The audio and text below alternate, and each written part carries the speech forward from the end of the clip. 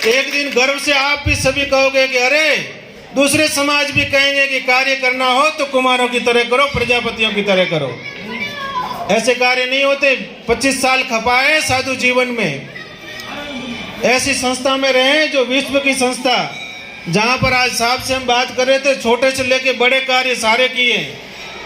आज भी इस कार्य में लगे हैं तो पूरी योजना से सारे कार्य कर रहे हैं। ऐसे नहीं कि साधु बन गए, झोली उठाई और आपसे मांगने आ गए, लो हमको चंदा दे दो, हमको मंदिर बनाना, हमको धर्मशाला बनाना। इस प्रकार से आपके बीच में चंदा मांगने में नहीं आता हूँ। और मुझे तो समाज का अच्छा कार्य करना है, मुझे तो समाज का एक धार्मिक केंद्र खड़ा करना है। उस केंद्र के माध्यम से समाज में मैं संस्कारवान समाज बनाना चाहता हूँ। उस केंद्र के माध्यम से सुसंस्कारित युवा तैयार करना चाहता हूँ। उस केंद्र के माध्यम से समाज में सुशिक्षा का प्रचार करना चाहता हूँ, सुशिक्षित युवा तैयार करना चाहता हूँ। उस केंद्र के माध्यम से समाज को व्यसन मुक्त समाज बनाना चाहता हूँ और उस केंद्र के माध्यम से समाज को एक जगह पर संगठित करना चाहता हूँ।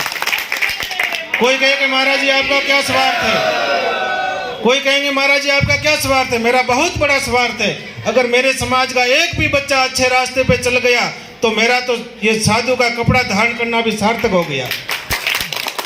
ऐसे कार्यों के लिए हम लगे। उसके लिए हम चाहते हैं कि गांव गांव में जन जागृति आवे, गांव गांव के लोग जागे। मैं तो केवल जगाने का काम कर सकता हूँ। मान लो कोई व्यक्ति किसी को कहीं जाना हो, उसको मैं कोई रास्ता दिखाएगा, साथ में थोड़ा ही जाएगा उठा के। मैं आपको जगाने के लिए आऊँगा, मैं आपको जगाऊंगा, सारी बात बताऊंगा कि आपको इस रास्ते पर चलना चाहिए, आपको इस प्रकार से करना चाहिए। पर मैं आपको हर समय तो आपके बीच में नहीं रह सकता हूँ, वो तो आपको ही करना पड़ेगा, वो तो अपने से शुरुआत करनी पड़ेगी। हम सब जगह यही निवेदन करते हैं कि आप धीरे धीरे समाज में व्यसन मुक्ति लाओ। बहुत सारे समाज व्यसन मुक्त हो गए। हम कितना पैसा व्यसन में, नशे में बर्बाद कर देते हैं। जहाँ कहीं बैठे होते हैं सभा में बीड़ी फूंकते रहते हैं। इसमें कितने लोग बैठे हैं जो बीड़ी नहीं पीते होंगे, कितने बैठे हैं जो बीड़ी पीते हैं। शायद 10% लोग नहीं होंगे जो बीड़ी पीते हैं। वो 200 आदमियों का सुख नहीं देखते, 5 आदमी बीड़ी फूंकते रहते हैं। जो नहीं पीते उनको कितनी परेशानी होती है। अगर कोई समाज का व्यक्ति खड़ा होकर कहेगा कि भाई साहब बीड़ी मत पीजिए, तो वो कहेंगे बैठने नहीं देना तो ऐसे कह दें बाहर चले जाओ, हम बाहर चले जाते हैं, आपके घर की थोड़ी पी रहा हूँ, ऐसे कहेंगे। पर हम तो इसलिए कहते हैं कि भाई साहब भगवान ने इतना देव दुर्लभ शरीर दिया, इसमें हमने क्या बनाया है, कितना देव दुर्लभ। इसकी एक बार दुर्लभता आप देखिए। भगवान ने कितनी सुंदर आंख बनाई, कितने प्रकार का हम दृश्य देख सकते हैं।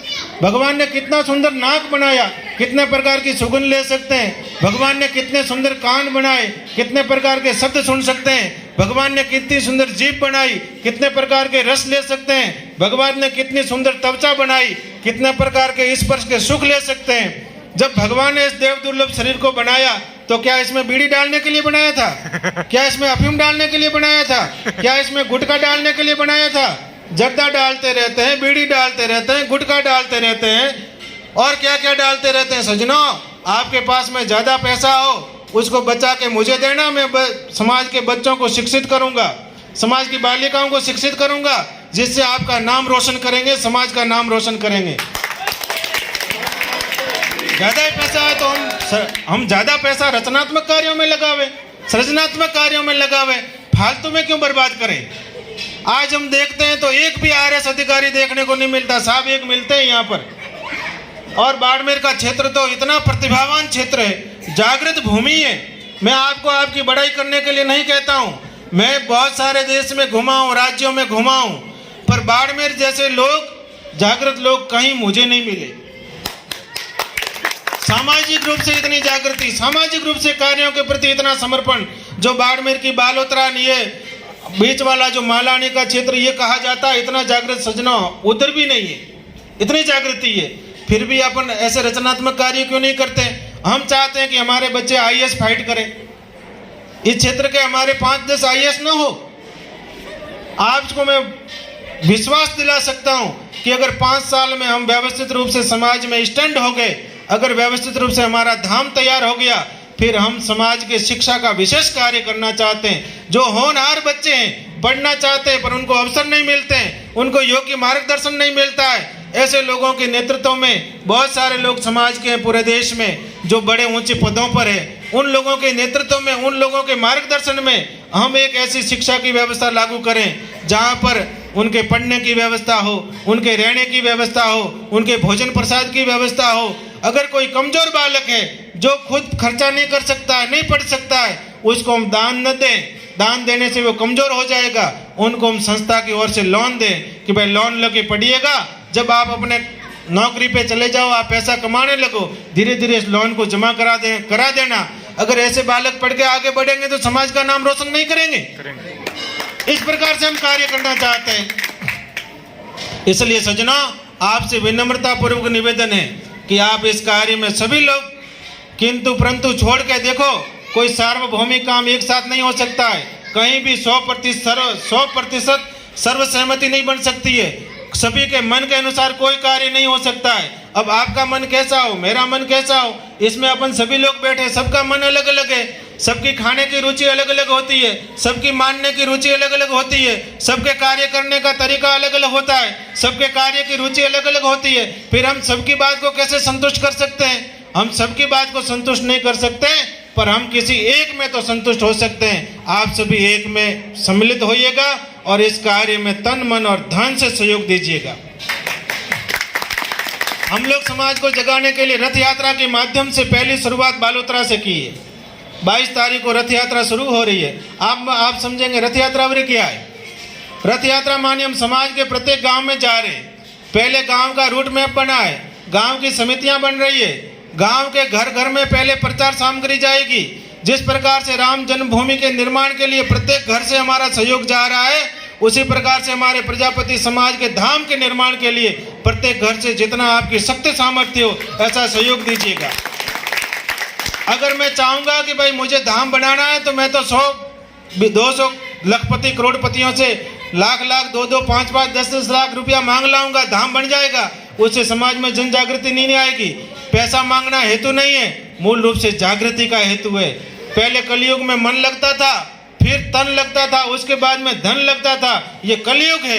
कलयुग में पहले धन लगता है तभी मन और तन लगता है, नहीं तो लगता ही नहीं सजना। इसलिए उसमें सभी लोगों की आहुति लगे। कमजोर से कमजोर तबके का व्यक्ति भी कहे अरे श्रीपति धाम मेरे समाज का है और मेरा भी उसमें थोड़ा अंश लगा था, मुझे तो बहुत बड़े कार्य करने। ये तो केवल शुरुआत है। बाद में बार बार आपके बीच में आएंगे, बार बार आपसे सहयोग लेंगे, पर हम लोग जो कमाते हैं उसके लिए कुछ हिस्सा धर्मादय में भी निकालना सीखिए। आपके धर्मादय निकाले बिना सामाजिक कार्य कैसे होगा? जिस प्रकार से हम गंगा जी में नहाने से तन पवित्र होता है हमारा, भगवान का नाम लेने से हमारा मन पवित्र होता है, उसी प्रकार से अगर हम हमारे द्वारा उपार्जित धन में से कुछ हिस्सा धर्मादय में निकालेंगे तो हमारा धन पवित्र होगा। वो धन हमारे अंदर शांति देगा घर में और वो धन वृद्धि को प्राप्त होगा। इसलिए सज्जनों, आप नियमित रूप से कुछ निकालिएगा, नियमित रूप से कुछ समाज के कार्य के लिए निकालिएगा। अगर कोई आपके धन से सामाजिक कार्य अच्छे हुए तो आपको खूब उसका पुण्य मिलेगा। हम रथ यात्रा के माध्यम से इसलिए समाज के गांवों में आ रहे हैं कि समाज में जन जागृति आवे, समाज में एक नई क्रांति आवे। उस क्रांति की ज्योत को आप सदा ही जलाए रखना, फिर देखना आप समाज में कितना परिवर्तन आता है। हमारा ऐसा भाव है कि हम एक बार पूरे मारवाड़ की यात्रा करना चाहते हैं, प्रत्येक गांव में जाना चाहते हैं, प्रत्येक गांव के व्यक्ति को इस कार्य में लगाना चाहते हैं, प्रत्येक गांव के व्यक्ति को इस कार्य में सम्मिलित करना चाहते हैं। फिर आप देखिएगा अगर हम वहाँ पर शिलान्यास समारोह रखें, मेरी ऐसा भाव है कि यात्रा के बाद में हम शिलान्यास समारोह रखें और अगर उसमें 4 से 5 लाख लोग हमारे समाज के इकट्ठे हो जाएं, महाराज देश का मुखिया वहाँ आके धोख न दे तो फिर ऐसी बात बड़ी बड़ी पार्टियों भी सोचने को मजबूर हो जाती है कि क्या हो गया प्रजापति समाज में। ये जब भी समाज में परिवर्तन आया है तो किसी सन्यासी ने लाया है। आप देखना, जितने समाज देख लो आप, जिस समाज में सन्यासी का नेतृत्व होगा वो समाज निरंतर आगे बढ़ेगा और परिवर्तनशील होगा। आप तो कितने सौभाग्यशाली हो कि आपको एक तपा तपाया सन्यासी मिल गया। 20 साल जहाँ वो रगड़ाया हो इतना, ऐसा तपा तपा सन्यासी मिला आपको, तो केवल उसमें सम्मिलित ही होना है। आप कंधे से कंधा मिलाकर साथ दीजिएगा, सामाजिक कार्यों को खूब अच्छे से करिएगा और सब मिलजुल के कार्य करिएगा। कहीं आपस में कोई दूरियां हो, मतभेद हो, तो आपस में उसको मिटाइएगा। समाज के मंच पर कहीं पार्टी नहीं लाने की, समाज के मंच पर कहीं आपसी मनमुटाव नहीं लाने का, नहीं तो हम सामाजिक कार्य नहीं कर पाएंगे। सज्जनों, समाज तो भगवान का स्वरूप है।